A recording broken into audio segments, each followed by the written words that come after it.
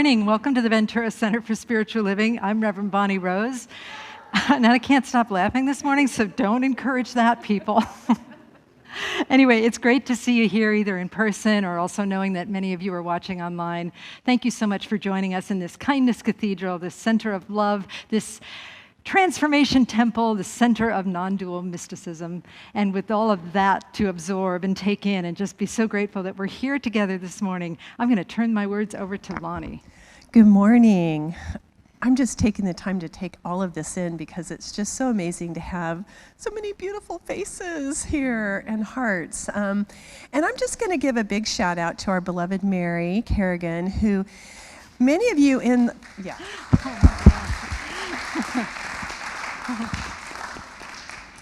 Many of the live stream think this is seamless and we're all together. That's a big lie.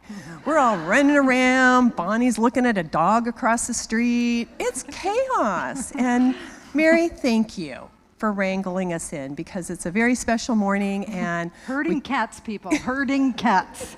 Okay. So it's not all what it seems. Right. But we've got a beautiful morning for you, so I'm so glad you could join us and let's have some fun. Absolutely. Thanks, Lonnie. So Bill Hadras is not here. Bill Hadras is one of our youth and family people, and he usually does a children's message, and he is doing something with the Boy Scout today. It sounded really weird, but anyway, he's doing something with the Scouts, let's put it that way, right? He's picking up his son who's a Boy Scout, so he's not here. So I'm going to lead us in the blessing for the youth. So if you would just place your hands on your heart and absolutely feel that inner presence, that inner child within you, that beautiful child that has been so faithful to you your whole entire life. And then extend that blessing of that child to the children that attend this church or children that you have in your life. And encompassing all of them that in this prayer, if you would please repeat after me. I love you. I bless you. I believe in you. You are the face of God. And so it is. Thank you. Okay. And now it's time for Doreen, our practitioner, one of our prayer ministers, to go ahead and pray us in. Wow. Oh, look at this. On command. The practitioner stand. All right. So if we can have everyone close your eyes and just simply take in a deep breath. And whether you are sitting in a chair or standing, just know that in this very moment, and even really always, but in this moment, we truly get to remember that there is a power and a presence surrounding us, loving us, holding us, providing a clear path to whatever we need. And so just knowing that this power and presence lives within me, lives within absolutely everyone here and beyond, outside this center, even in the TV waves or the live stream waves. I know that we are all a creation of love, that the divine creativity of God just simply flows through us at each and every moment and each and every breath that we take. And so in knowing that the power and the presence is here always, I know that this service is blessed, that everything, no matter if it was chaotic beforehand, that everything truly comes together because there is only perfect balance, perfect love, perfect order with God. And that is who we are. And so with that, knowing that the words spoken through Reverend Bonnie today, that they just uplift us, they fill our hearts and our minds with so much kindness and love, that I just say thank you, God, and release this word into the power of the law. And so it is. Thank you. And I say thank you, Doreen, for that beautiful prayer that brought us to this sweet place within us, that the innermost God is the highest God, and that love is love. Whether it's inside of us or outside of us, it's all love, and love is another name for God. And so breathing into that consciousness of love, the I am presence, the I am that I am, let us sink deeper into the awareness of our bodies and relax any tension we might be feeling. Just feel the sensation of the oneness within us. Feel the sensation of love that animates everything that we do. And in that place of openness, let us listen to the words of our sacred reading. An excerpt from spiritualityandpractice.com. The welcoming prayer is a method of consenting to love's presence and action in the midst of our physical and emotional reactions to events and situations in daily life. If centering prayer or any other daily prayer is practiced for 1 hour of the day, the welcoming prayer is for the other 23 hours. It is a letting go in the midst of the moment, in the midst of the activity of ordinary life. It helps to dismantle the emotional programs of the false self system and to heal the wounds of a lifetime by addressing them where they are stored, in the body. Practicing the welcoming prayer offers us the opportunity to make choices free of the false self system, responding instead of reacting to the present moment. Through the action of love, the practice empowers us to take appropriate action as freely and lovingly as possible in any situation that presents itself. Here is the welcoming prayer, created by Mary Mrozowski and popularized by Father Francis Thomas. I'll try it again. Okay. Father Thomas Keating. Father Thomas. Okay, sorry. The welcoming prayer. Welcome, welcome, welcome. I welcome everything that comes to me today because I know it's for my healing. I welcome all thoughts, feelings, emotions, persons, situations, and conditions. I let go of my desire for power and control. I let go of my desire for affection, esteem, approval, and pleasure. I let go of my desire for survival and security. I let go of my desire to change any situation, condition, person, or myself. I open to love and presence of God and God's action within me. Thank you, Hugh. And so staying in that spirit of welcoming, let us just together welcome what is. Feel it in our bodies and breathe into it without trying to fix it, without trying to change it, without trying to analyze it, just allowing that sensation. And as we allow what is to be, we recognize that something is observing what is happening in our bodies and in our minds and in our feelings. And that's what we're calling forth in this exercise of welcoming. And so let's together welcome our remembrance of our true nature, the I am presence, that which is pure awareness, pure consciousness, that which we truly are, a wave in the vast ocean, that we are the ocean. We are a drop in the ocean and an ocean in the drop. With all of that in heart and mind and being, let us sing together, I am remembering who I am. If you'd like to put a mask over your face, that's fine too. Sing quietly into your mask as we join together. I am remembering who I am.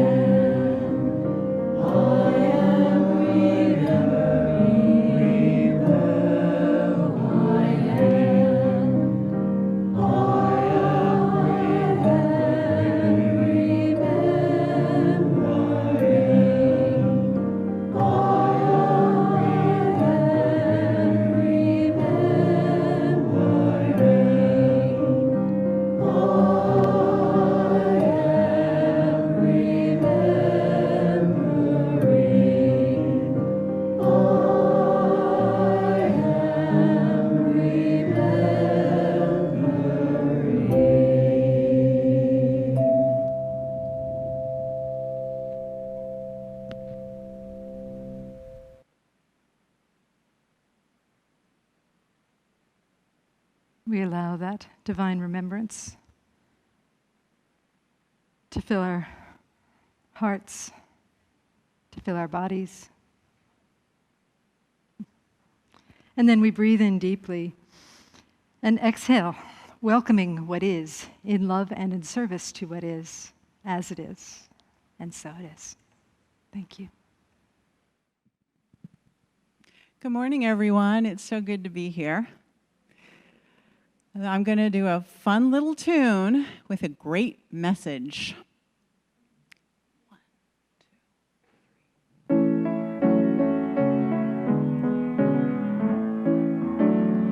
You are fragile, you are tough, army boots and china cups. You still think you're not enough for someone else.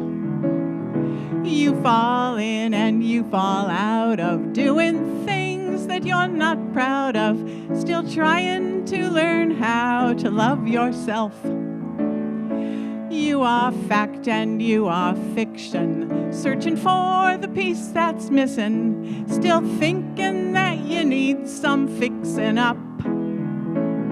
You are joyful and you're jealous, in the rain without umbrellas, looking for someone to tell you you are loved.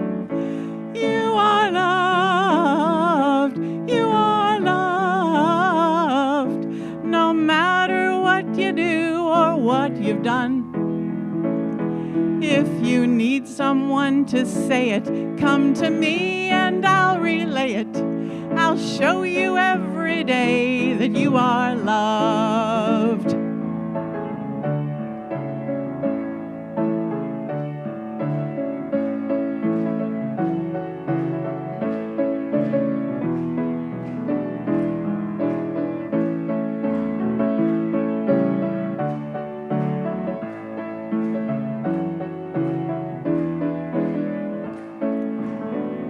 We are heroes and we're villains, feel like zeros, feel like millions, cast-offs and diamonds in the rough.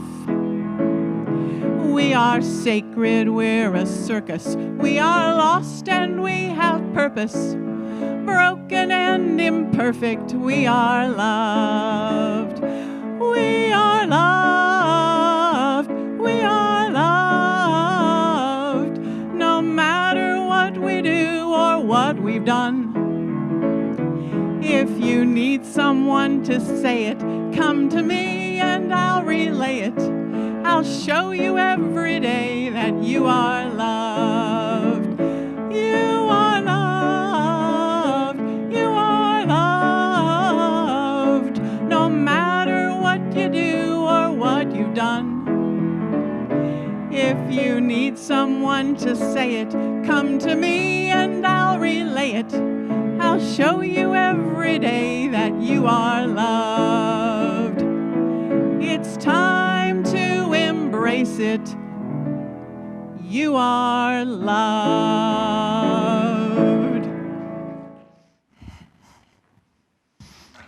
Thank you, Marianne and Chris. That was beautiful. A couple of fun facts about that song. When I found out Marianne was going to sing it, I Googled it and I looked at it, and it was written by a mom for her, and her writing partner for her teenagers. Because I guess they really needed to hear that. But who among us does not have an inner teenager within us, right? I know mine is prominent at times. Also, in the graphics for it, it's all pictures of dogs. Need I say more? She felt that they were an example of unconditional love, and I completely support the composer in that. So anyway, let's get started. Let's get started learning all about that stupid welcoming prayer that's going to cause us to stretch and grow into voice we may not want to. Oh, goodness. So I'm reading this book right now because, we're in the process of reinventing the church and coming up with new marketing plans and all this stuff. And it's seeming kind of hilarious to me right now. I don't know. Everything seems funny to me this morning. I promise the only thing I've had is caffeine, okay, just a little. And I'm reading this book called Fail Fast, Fail Often. It's a marketing book. And it's kind of awesome in a way because it's really a book about courage. It's like just try a bunch of things and see what happens and do it in a hurry. Don't put too much thought into it. Some of the greats like Pixar did it that way, Starbucks did it that way. Just throw a bunch of spaghetti on the wall and see what sticks, okay? In this book, there's a story about a guy who, not a true story, it's a story about a guy who has a rich sourpuss uncle. And his uncle passes away, and when the young man goes to the reading of the will, he realizes that the uncle has left him $100 million. But it is conditional. The young man has to wear a watch called a joy-o-meter. And in order to receive the $100 million, his joy-o-meter for a whole year cannot go below level 7. Meaning he has to produce a lot of joy in his life in order to receive the big bucks, right? They don't really end the story. And honestly, I have a little teensy problem from a spiritual perspective with that story because really joy is its own reward. And while $100 million is nice and can be joyful, that's not really what's going to bring us joy. Joy begets joy. Joy is priceless, right?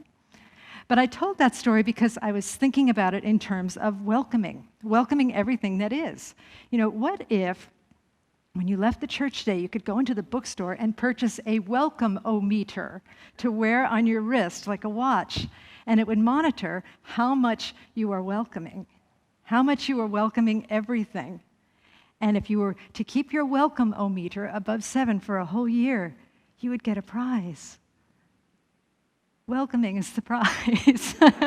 You would get really good at welcoming. And honestly, folks, I think joy for its own sake, welcoming for its own sake, not trying to fix everything around us, letting go of control, letting go and letting the divine do what the divine does best, I think that really is the prize. And so today is about welcoming and how welcoming can actually, it's the prize because welcoming harnesses the heavens. It harnesses the divine consciousness. It makes space in our room, in our bodies, and in our minds for God. You know, I often tell this story because it's so compelling to me about my friend who went to Catholic school, and he would dance, go to school dances, and he'd be dancing all, you know, he's a teenager, he's all dancing with this girl, and the nuns would come up and say, "Leave some room for the Holy Spirit, Mr. Burkhart." When we welcome, we leave some room for the Holy Spirit, or for the Christ consciousness, or the Buddha consciousness, or for the Rumi consciousness, or for whatever consciousness, the Dalai Lama consciousness, whatever consciousness can fulfill us and move us into that place of greater connectivity of the I Am presence, which is what we really are. When we are not welcoming, we are blocking ourselves from all of the divine creativity that is available to us always. Now, some of us who have been in this denomination or have done other metaphysical New Thought teachings may be wondering, is this prayer anti-science of mind, or is it different than the science of mind teaching, or is it different than the secret, or is it different than some of the teachings that are there about manifesting and setting an intention and changing your thoughts so that you can have what you want, and never I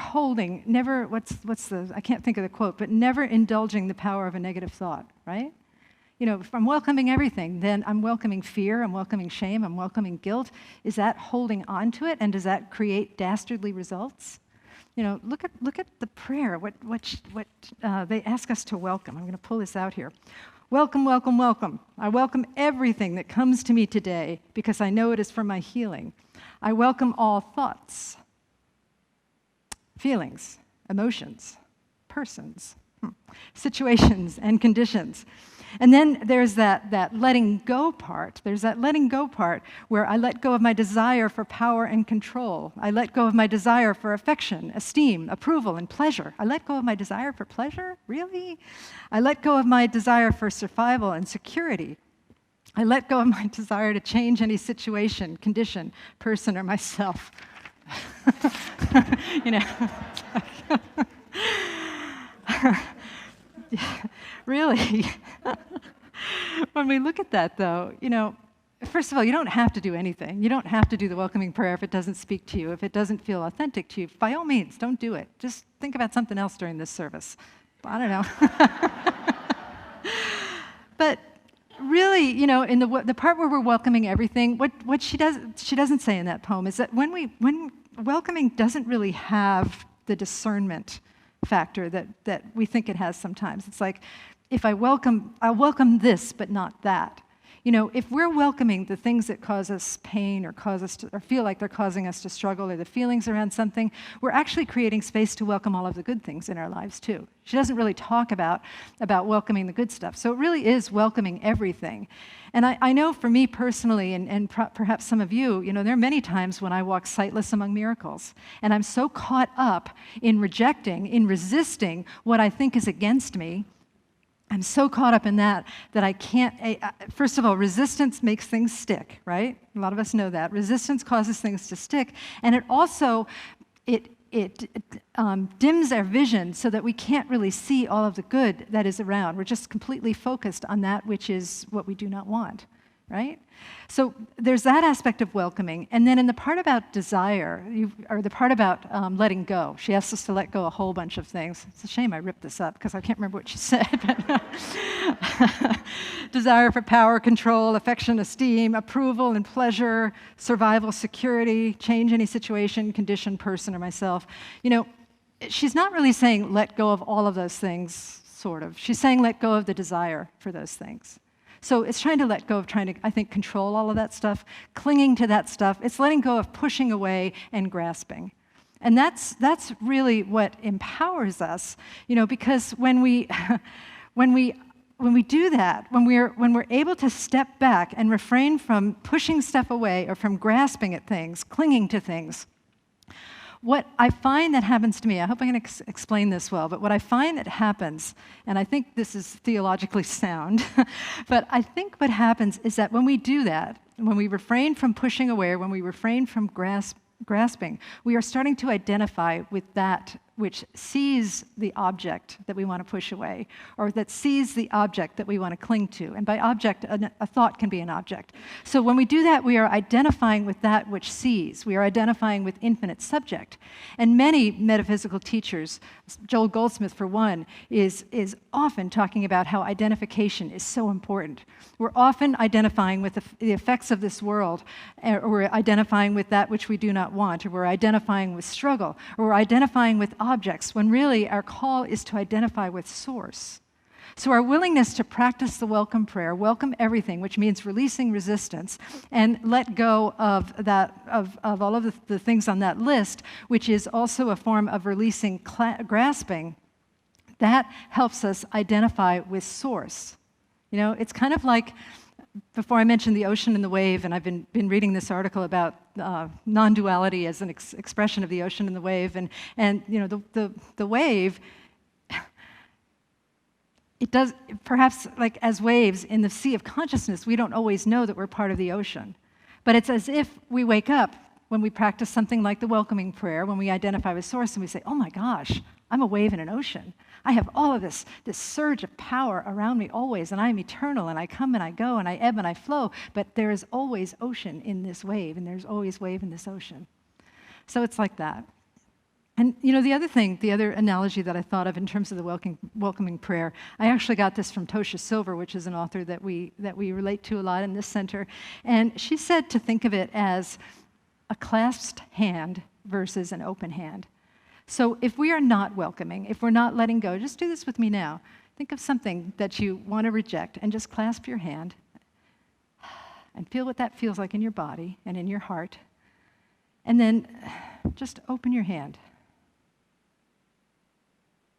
Did you feel everything soften when you opened your hand? And I think that's partially what we're doing through the welcoming prayer, is that we're feeling everything soften. We're feeling everything soften so that we're available. Now, some people think that makes us vulnerable to the challenges and the negative things in our lives, or the things that we would prefer not to have happen. But really what we are is we're available to a perfect curriculum that has been designed for our evolution, for our awakening, for our remembrance of the divine power and presence that we really are. That's all that it is. It's just opening and making ourselves available and making ourselves accessible. And as I said before, harnessing the heavens of that divine curriculum, harnessing our identification with Source so that we are guided into infinite creativity in all things. because we're calling ourselves, sorry, I'm getting warm. Phew. Okay. Trying not to make that look like, a striptease. I thought I did that rather well, didn't I? Okay, thank you. When I was a child, Gypsy was my favorite movie, so let's just take it there. I wanted to be Gypsy Rose Lee for Halloween when I was 7, and my mom said I couldn't. I don't know why. I don't get it. Anyway. If you don't understand the reference, please ask somebody sitting beside you or see me after class. I'll explain what it is. Okay, I was about to talk about mystical non-duality. So, talk about fail fast, fail often, that book I've been reading. So I think I did kind of a sermon fail last week. Not a horrible sermon fail, but I feel like I didn't explain something as well as I could have. And then I brutally misquoted Ernest Holmes, our founder. He spun in his grave when he heard me do it. No, he did. Last week I was talking about the bananas. I don't know if anybody was here. You know that song? Let's all sing it together. Yes, we have no bananas. 1, 2, 3. Yes, we have no bananas. We have no bananas today. Yeah. So, whoa. Okay, somebody needs to join the choir and maybe sing a solo. I'm just saying. I've been talking about this for years, Kevin, just so you know. Yep. So why am I goofing around about bananas up here? Well, okay, so it was from this podcast that I listened to where they were talking about how a banana is something that is perceived. Really, our experience of a banana is that we perceive it through the 5 senses. And they said, if you were not using your 5 senses, would a banana exist, and what would it be? Is it just a concept in the mind of God? It's similar to the idea of a tree falling in a forest. When a tree falls in the forest, does it make a sound, right? I think it's a Buddhist koan. And I looked that up too, and it said, it's yes and no, because when a tree falls in the forest, it creates waves. And if you call sound waves, then yes, it does create a sound. But if there is no perceptual, sensory instrument to receive it, are the waves just waves?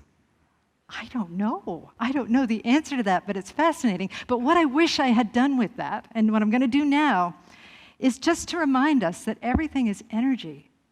All of these stories that we lock into so vigorously, it's just energy. It's just energy. And these stories need our attention and our consciousness to thrive. If we can shift our attention to something else through the paradoxical practice of welcoming or the paradoxical practice of letting go, then these stories kind of lose their oomph. It reminds me also, this is the other part I forgot to say, many of us saw what the bleep do we know, where they're talking about, and this has been known in quantum physics for a long time, but they're talking about that there's these infinite waves of energy in the universe, and when they're observed, they form into particles, but it takes the observer to make it form into particles, which is objects. So there's waves and then there's particles, but the observer makes the waves of potentiality turn into what we are calling reality. You get that?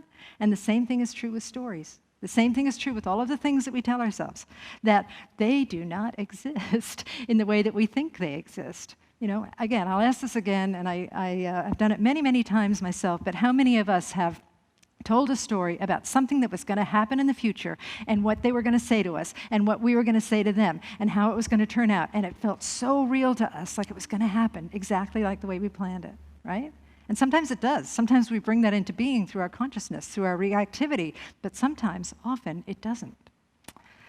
And a good example of that is this story about Michael Beckwith, which some of you may know. Michael Beckwith is the minister at Agape, the Agape Church, and he told a story years ago about, this was shortly after he had done The Secret.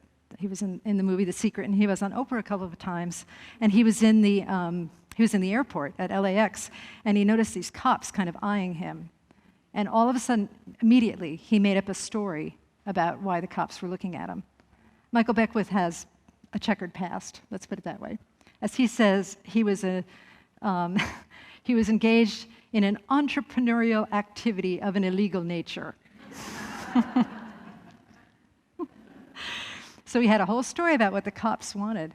And then when the cops came up to him and they said, "Are you Michael Beckwith? We saw you in The Secret.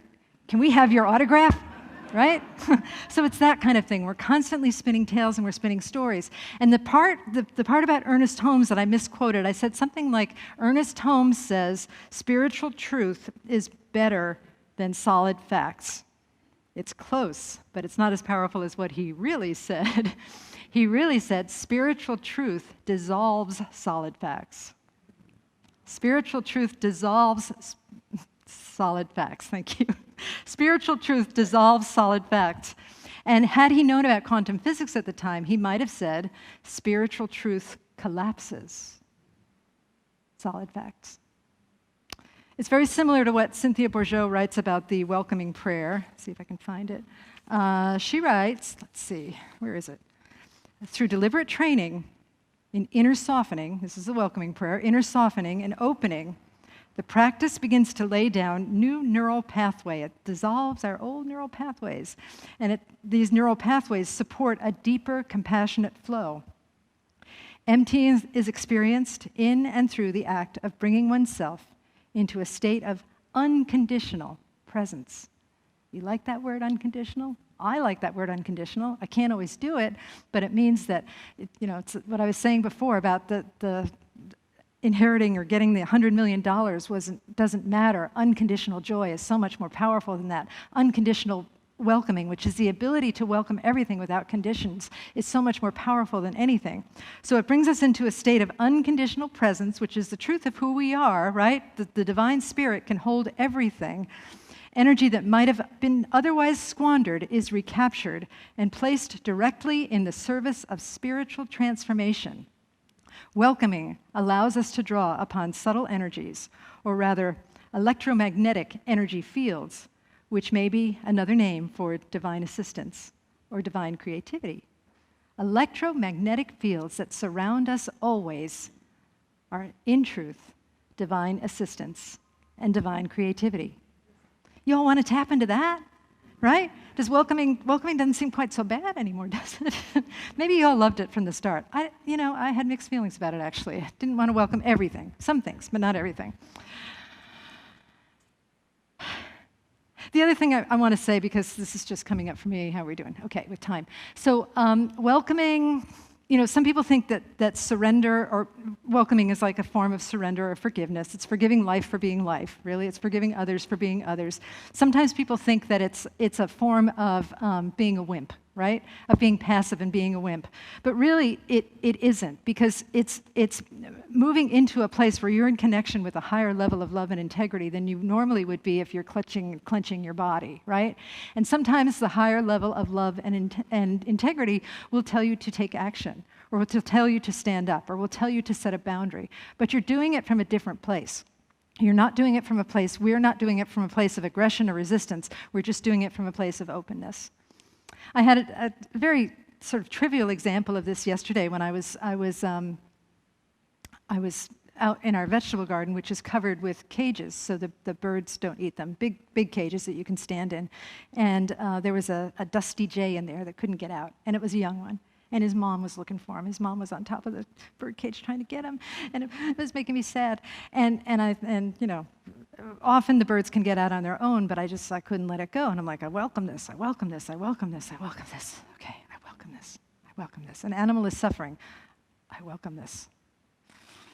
So I stood there for a while, brought the dog in the cage with me to maybe tempt the bird out. And ultimately, I just, through relaxing my body and softening my body and my action and feeling the sensation of fear and feeling the sensation of sadness that this bird was caught and that it couldn't get to its mother, I just got a net. Not Annette, who works here, by the way. a net that we used to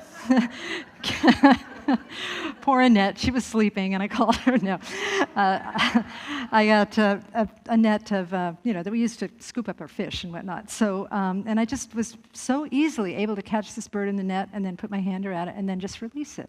And it was so gratifying.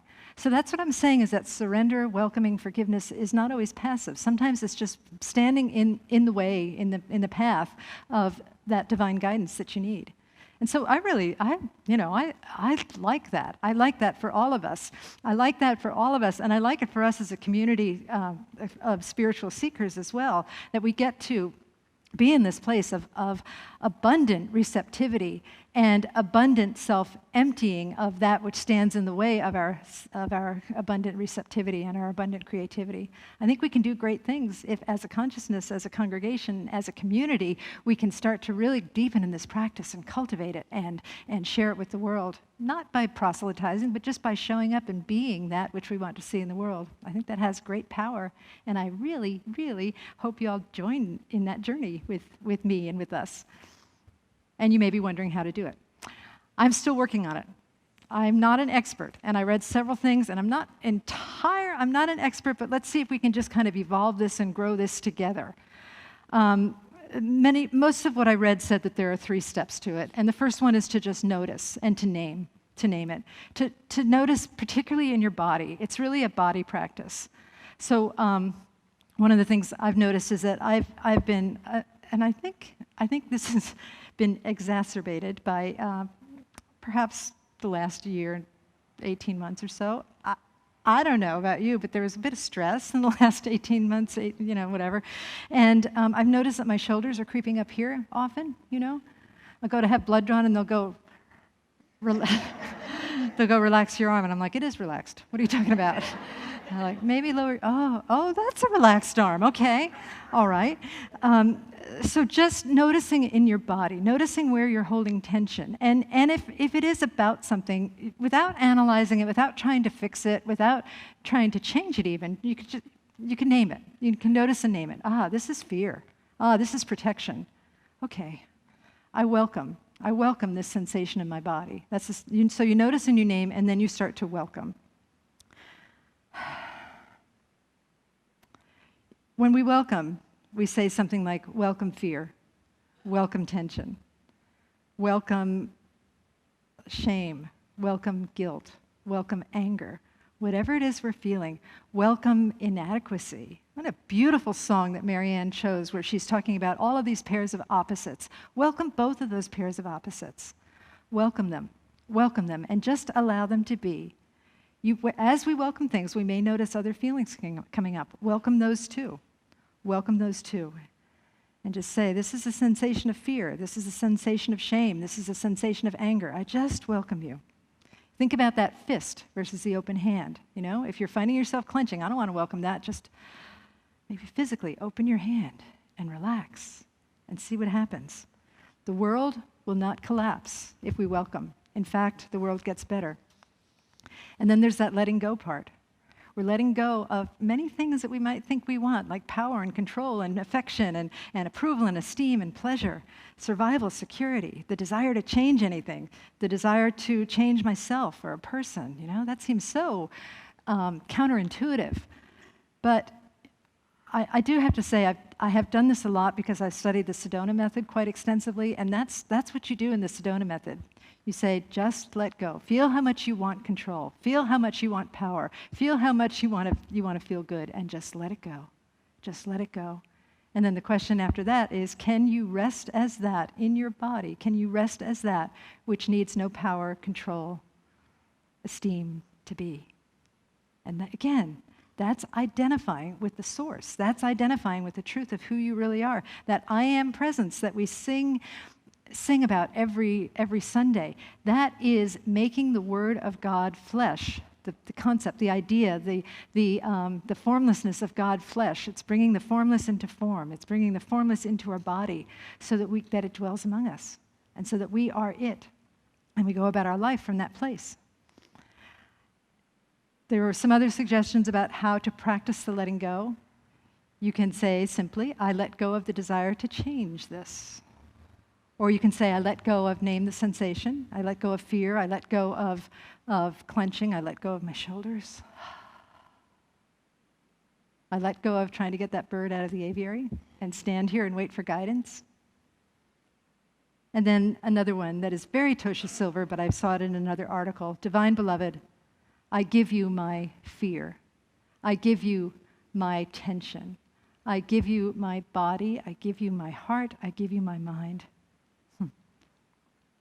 And then we just watch and we pray and we see what happens. It's kind of like that story that I told at the beginning, where the joy-o-meter, and we switched to the welcome-o-meter. And at the end, if your welcome-o-meter is above a 7 for a whole year, you hit the jackpot. Really, with this type of welcoming practice, you hit the jackpot immediately because your body softens and you're much more accessible to divine flow.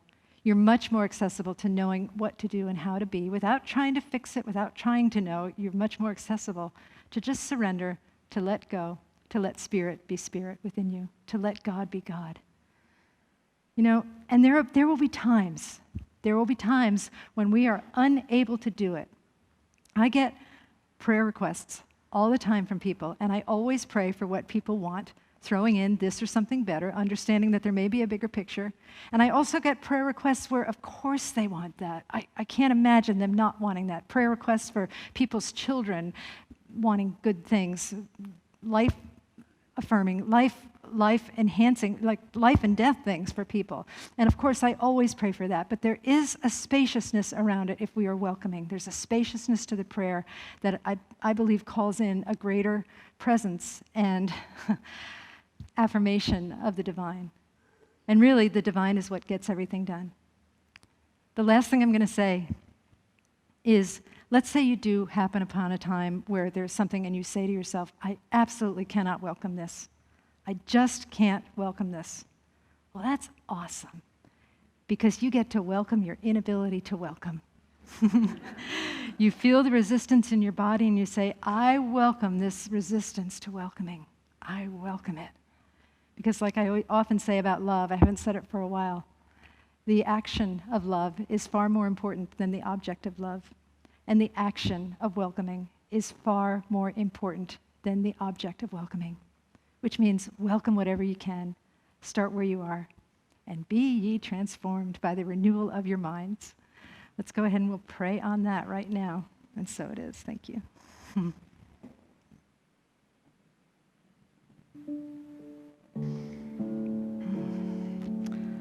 Oh, what a joy it is to turn into this sacred space between us that truly is the spaciousness of God, that is within us, that is between us, that is around us, that is inside and outside, that is darkness and light. How wonderful it is to rest in all of that and know that this is the path. This is the truth about God, the truth that encompasses all truths, the truth that is approached through many, many, many different paths. And how beautiful it is to just relax into that knowing and to trust it and to call it our own, to know that we belong to the beloved and the beloved belongs to us. And so I just rest in this presence and acknowledge it as something that is vast and infinite, something that is both form and void, something that is empty and full, something that is perfect, meaning containing all possibilities. And what an honor, what a privilege it is to know that this is who we are that we are that we are that I am. So I just revel in the capacity to take this in and stretch in my capacity to take this in, to know our oneness and to know the power and the presence of that which is abiding within us always, that unconditional presence that is not limited by any of the restrictions that we put on it. When we say this is God, but this is not, the true self, the true power is not limited by that. It is far beyond that. It expands beyond that because it is infinite. Both everything and nothing simultaneously. So from this place, there is great peace. There is great joy. There is immediate joy. There is immediate peace. There is immediate welcome. There is immediate grace. There is immediate access. There is beloved trust of all that is. And the willingness to surrender and let God be God, to let love be love, to be a mere instrument, albeit an intelligent instrument, of the love that is seeking expression through us, through our divine curriculum. We rest in this truth and allow it to be, and know that it transforms us as it transforms all beings. For every act of transformation, every act of kenosis, self-emptying, whatever it is you want to call it, love is like a prism that spreads infinite shards of light everywhere. And so I'm just so grateful for this powerful truth, so grateful for this willingness, so grateful for all that is. I bless the transformation that has taken place here today. I bless all paths to God, churches, synagogues, temples, mosques, ashrams, fundamentalists, atheists, agnostics, all beings everywhere. And with a heart that is so filled with blessedness, so filled with love. I say, thank you, Spirit, thank you, love. I welcome thee. And I release these words into the divine mystery. And together we say, and so it is. Thank you, and namaste. Hi, Bonnie. What's new? Not a whole lot. Oh, okay. But good I to was know. paying attention. Oh, good. I'm glad to hear Yes. it. And Okay. what I really related to was the contrast. Yeah. Just a contrast. And, this morning, with my coffee, I had to jump on the computer and get the headline news. Why? It's depressing. And to counteract that, I thought, I'll go to Facebook. No, Good choice. usually that's not an elixir for happiness. But today, a dear friend from high school reached out and just said how much he loved everyone and to share that. And, that's what transforms us, is those moments, those simple moments of love and kindness. And when Bonnie asked me to do the offering, who wants to do the offering prayer? Really? I got to ask for money. And it didn't sound like a lot of fun, but you can't say no to Bonnie. And yet No. Thanks. You really cannot say no to Bonnie. Really? No. But it's been really fun to think about what an offering actually is and what it means to our community and to each other. And so it's not so much about the dollars and cents. It's about your intention and your abundance and your kindness. And this morning, I think it's really important to bless that offering with extra love, because when I read those headlines, we need extra love. And we're the ones to give it. Oh, thanks, Lonnie. So I just invite you to place your offering over your heart, the center of love, and repeat after me. We trust in spirit. We trust in spirit. Love is a giver and receiver of all that we are. Love is the giver and receiver of all that we are. We offer this gift. We offer this gift. It is an outer expression of our inner abundance and compassion. It is an outer expression of our inner abundance and compassion. Our gifts bless many. Our gifts bless many. And return to us multiplied in miraculous ways. And return to us multiplied in miraculous ways. So that we may give again. So that we may give again. And so it is. And so it is. Thank you, Lonnie.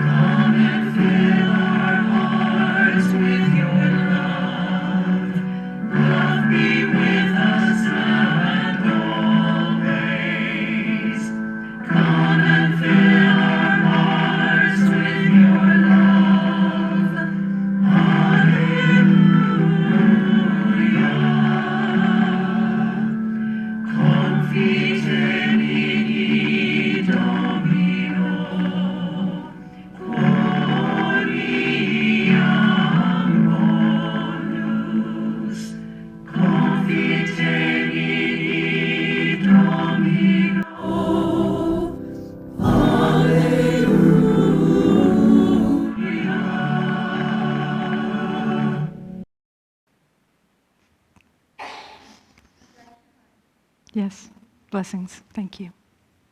That was, I'm sure you saw the slide, that was in honor and in memory of one of our beloved church members who loved the choir so much.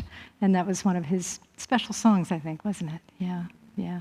Thank you. And his sister is here today.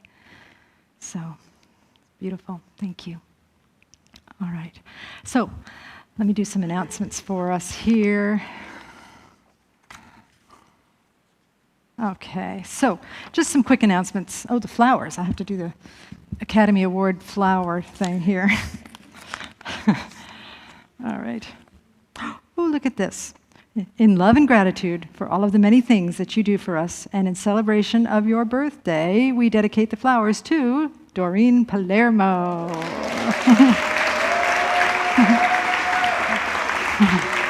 Thank you. Thank you. Okay. There is a beautiful class coming up. It's starting on the 29th. It's Ernest Holmes Meets the Buddha. Wow, wouldn't that be fun? And it's going to be a great class. It's on Zoom. It's taught by David and Mary Kerrigan, and they are fantastic teachers. If you haven't had a class with them before, sign up. It's going to be wonderful. Self-mastery class is Emergence of the True Self, and that's our first in-person class for now, as things are constantly changing. It's in Stanley's Hall, and that's facilitated by Linda Drevenstedt, a practitioner. She is also an excellent teacher, and the material is really good. It uses that book, The Four Agreements, which is a really good book to review, even if you've read it before. This Wednesday's meditation is Remembering the Moment with David Kerrigan. And that's on Wednesday at 6:30 p.m. That's on Zoom. All of the information for the Zoom links are on our webpage, so you can go there to check it out.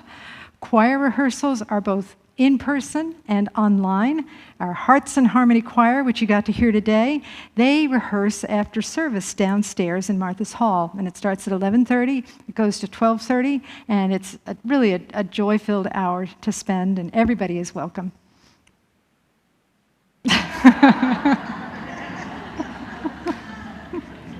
Kevin. Okay. All right. In terms of the whole situation with the state of California and the pandemic, we're just standing by and seeing what the government says, and we'll adapt accordingly. There's LA has masks on again. We're still optional, but we'll see what happens, and let's just welcome it. How about that?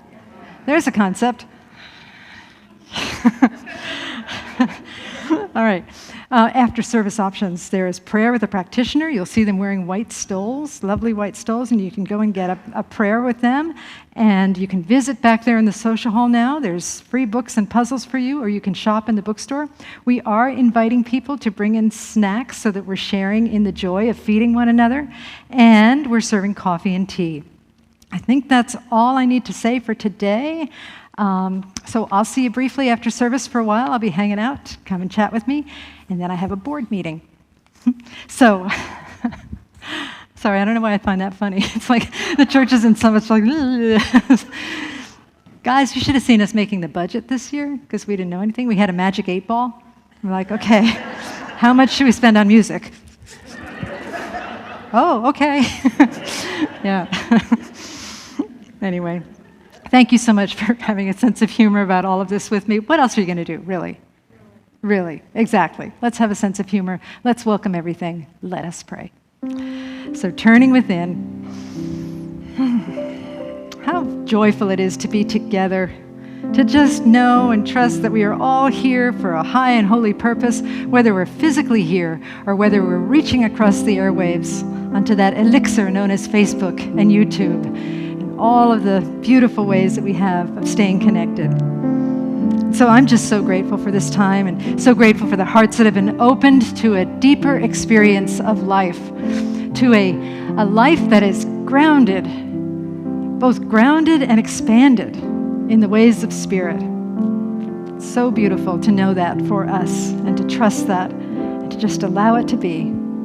And in that state of complete surrender and allowance, I trust that as we go forth from this place that our weeks will be blessed, so blessed, and that we may be a blessing unto others. And so with a heart so filled with love and blessing and gratitude, I say, thank you, Spirit, thank you, love, and I release these words into the divine mystery. And together we say, and so it is.